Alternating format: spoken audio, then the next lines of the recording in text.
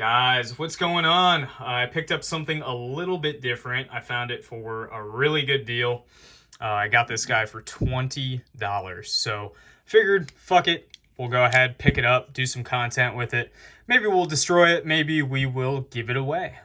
Who knows? But this is the 4MAX Scout from Cold Steel. It is a massive knife, even compared to other Cold Steels. This is another one I picked up from the same seller for also $20. So all in all, for these two, I'm out $40. And then as far as other knives, Emerson Horseman. So you can see it's a big blade. Interesting case study here. So this thing has obviously a triad lock. It's a Cold Steel, Andrew Demko design. It's actually really well executed, which if you are a fan of big knives, you might find that more often than not, especially in this price range, and these are typically new from like a dealer, they're going to be 70 on the high end, 55 on the low end. I've been seeing them on sale a lot. I don't know if it's like a clearance item or what's going on, but it is really, really well done, especially for that 55. It's almost a no-brainer. It's just kind of a fun knife, but also it is a usable knife. And I just want to say this. If they made this exact knife, maybe shorten the handle by, I don't know, a ½ inch, do a fixed blade construction, full tang, 3V blade, DLC, G10. I think this, don't change anything else. Just G10, 3V, DLC, this shape, shorten the handle. That's it. I think that would be a huge success. Even an SK5, I think that would be an amazing knife, because for how short it is, it has such a front heavy, like choppy feel to it that you don't get on a lot of knives, even some fixed blades. And obviously in the weight class that this thing is in, it is competing against fixed blades.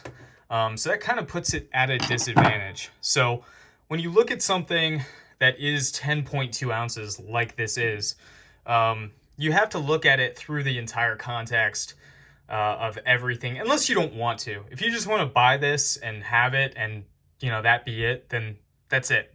End of discussion.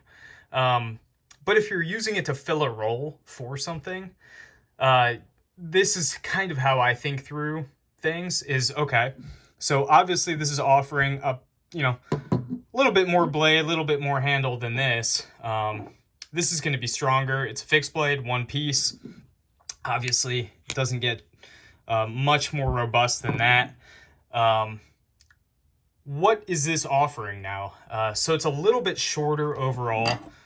Doesn't require a sheath. Maybe it's easier to carry depending on where you live, how you dress.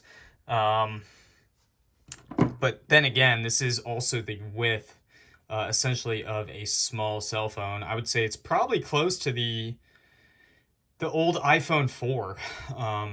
If it's not close, it's getting there. It's gotta be close. So I don't really know. I look at this as more of a fun knife rather than having to fill a roll, but it definitely could. I would feel comfortable batoning with this. I've even batoned with this, and not anything super large, but you can do it.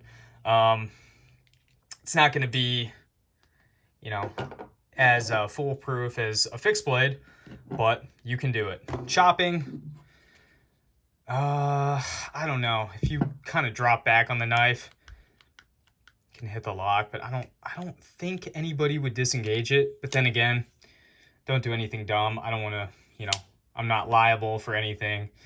But yeah, this thing is cool, man.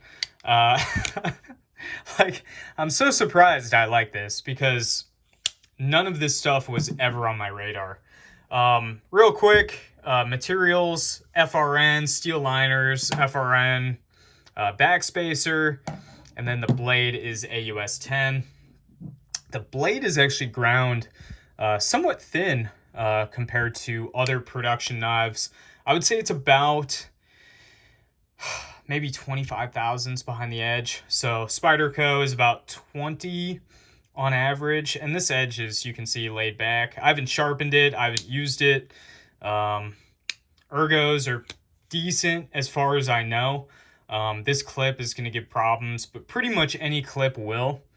That's why I would love to see this as a fixed blade. You eliminate that clip and fill in the crevice here, and maybe, you know, round out the G10, make it nice and smooth, or maybe do a light texture on it. That's going to be nuts as far as ergos go. Anything else, keep it the same. But yeah, this is pretty cool. If you can pick one up, or if you find one for a deal, I highly recommend checking one out. They're a lot of fun.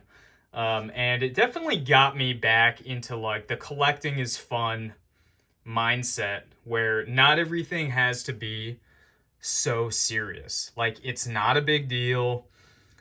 You don't have to take it to the nth degree all the time. It's just nice. So with that being said, I'm going to end the video here. Next video is either going to be on the Cold Steel Code 4 that I picked up, or on the GoRuck GR1 field pouch. So stay tuned for those, and I will see you guys in the next video.